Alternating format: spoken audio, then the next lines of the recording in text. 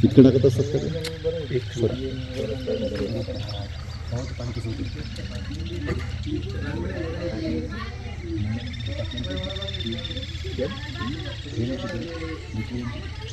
हा pH scale आहे आणि आता आपण जर याला याच्याशी मॅच केलंय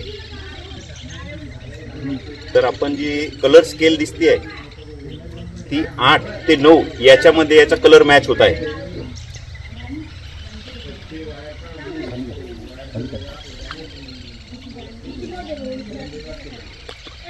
याचा जो कलर बदललेला आहे म्हणजे याची पीएच लेवल जी आहे ती घसरलेली आहे आणि ती 8 ते 9 या पॉईंटवर येऊन ठेवलेली आहे.